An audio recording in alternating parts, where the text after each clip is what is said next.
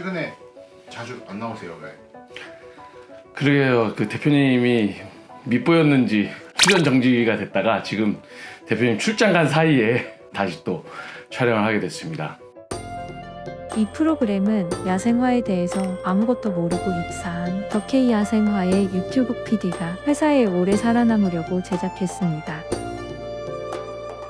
야생화부터 식물 전반에 걸쳐 알아두면 쓸데있는 야생화 사전.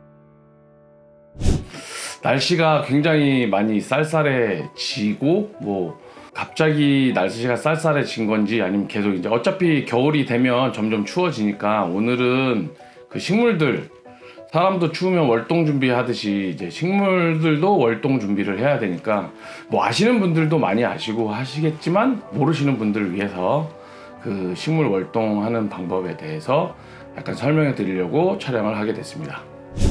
제일 처음 준비한 게 뭘까요? 뭐 우선 저희가 취급하는 품목은 아니지만 그래도 이제 그 관엽식물들 뭐 꽃보다는 잎을 많이 보고 그 실내에서도 많이 키우는 그런 식물들에 대해서 관리 방법을 설명해 드릴게요. 그 관엽식물들은 지금 뭐 베란다나 아니면 실내에다가 놓고 계실 텐데요.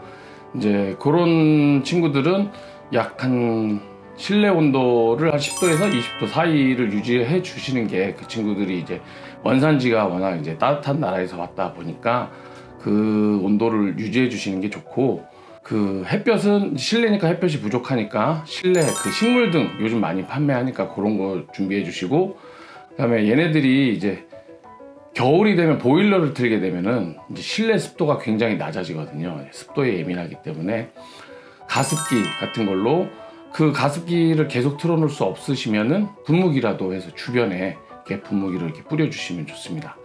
그리고 그 관수에 대해서는 그 이제 겨울철 되면은 아무래도 날씨가 이제 쌀쌀해지다 보니까 물이 그렇게 많이 필요로 하지 않아요. 그래서 한 2주 아니면 열흘 뭐 이렇게 해서 관찰을 하시면서 겉흙이 말랐으면 한 그 마른 시점에서 하루 이틀 뭐 3일 요 정도에 한 번씩 물을 관수해 주시고, 많이는 주실 필요는 없으니까 그렇게 해서 관수하시면 될 것 같습니다.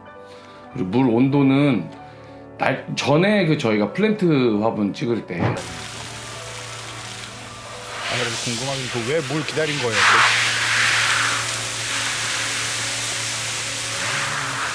호수에서 뜨거운 물 나오니까 뜨거운 물을 빼고 찬물로 이렇게 관수하라고 말씀드렸잖아요. 반대로 겨울에는 또 지금 막 틀어서 나오는 물은 너무 차가우니까 미리 좀 받아 두시면 뭐 염소도 좀 가라앉고 또 온도도 실내 온도에 맞춰서 온도가 이제 올라가니까 그런 물로 해서 관수해 주시는 게 좋고요. 식물은. 뭐 일반 정원에 심는 야생화 같은 경우에는 어떻게 돼요? 네. 꼭 정원이 있으신 분들도 있고 정원이 없지만 야생화를 이제 베란다에서 관리하시는 분들도 계시는데, 그 일단 먼저 베란다에서 관리하시는 분들은 내한성이 좋은 애들은 그냥 베란다에 두셔도 돼요. 베란다에 두셔도 되는데 통풍을 해야 되니까 낮에 그 낮 시간에 온도가 어느 정도 올라갔을 때 한 번씩 환기해 주시고 통풍시켜 주시면 좋고, 관수도 역시 뭐 일주일에 한 번 이렇게 해서 좀 길게 관수 기간을 좀 길게 해 주시고, 또 그 통풍이나 이제 환기가 어려운 그런 날씨거나 이러면은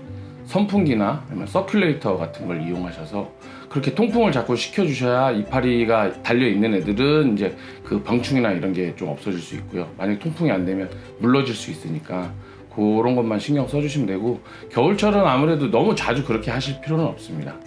그래도 한 번씩은 해주셔야 그 식물들한테도 건강하게 잘 자랄 수 있고, 또 야생화 같은 경우에는 베란다에 두셔도 겨울에는 지상부가 사라질 수 있어요.